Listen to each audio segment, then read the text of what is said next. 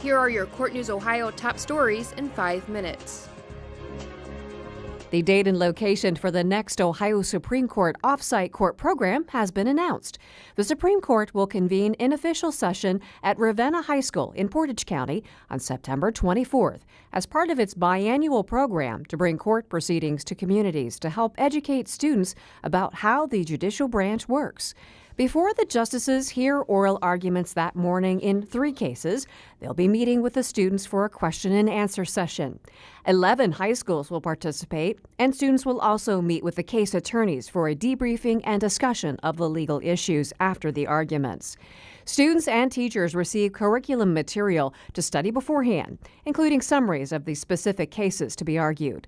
Local attorneys team with educators at each participating school to explain Ohio's judicial system and review case materials. The Portage County session will mark the 69th time the Supreme Court has heard oral arguments outside Columbus since the inception of the OffSite program in 1987.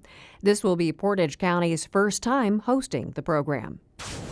A Vermont man has settled his case with the Ohio State Highway Patrol for excessive and unjustified force after a head-on crash in 2005. In the $110,000 settlement approved by the Court of Claims of Ohio, Eugene Wren Jr. will receive compensation for the actions of a state highway patrol sergeant and a trooper. Wren crashed his vehicle on Interstate 75 in Allen County and suffered a head injury that knocked him unconscious for a time, and he became so disoriented that he was not able to follow the trooper's instructions to stay in the vehicle.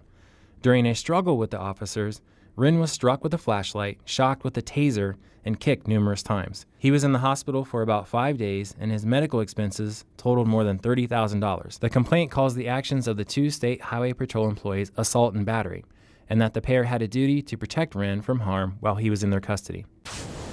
Courts continue to implement rules to control the use of social media, like Facebook and Twitter, in the courtroom, while becoming more approving of the media sending real-time dispatches from court proceedings. This according to a survey report that has been released by the Conference of Court Public Information Officers. The 2014 CCPIO New Media Survey contains the results of a national survey of judges and court personnel that was conducted in June. It provides the judicial community across the nation a year-to-year comparison spanning 5 years of data, unveiling how social media and broader changes in the media industry are impacting state and local judges and courts. The survey reveals the judicial system is more accepting of the use of new media in the courtroom, but the majority of courts are still slow to embrace new media as they cautiously guard against the risks it presents. 37% of the courts have a social media policy for their courtroom, compared to about 29% a year ago. Facebook use by courts is up by more than 5%, Twitter use increased by 3.5%, and YouTube by just over 3%. Ethical questions remain for judges about using social media themselves. The survey showed that 44.5% agreed that judges can use Facebook without ethics concerns. That's a drop of more than 5% from 2013. Details about the new media survey are available online at ccpio.org.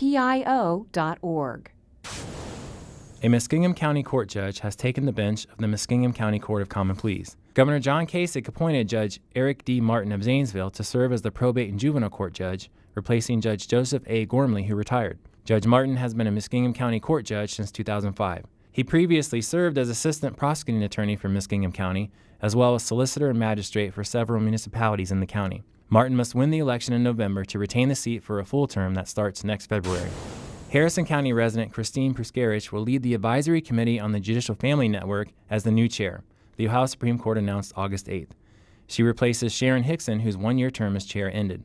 With more than 700 judges at all levels of the judiciary in Ohio, the 18-member advisory committee identifies the needs and concerns of judicial families and offers them educational opportunities in a supportive network.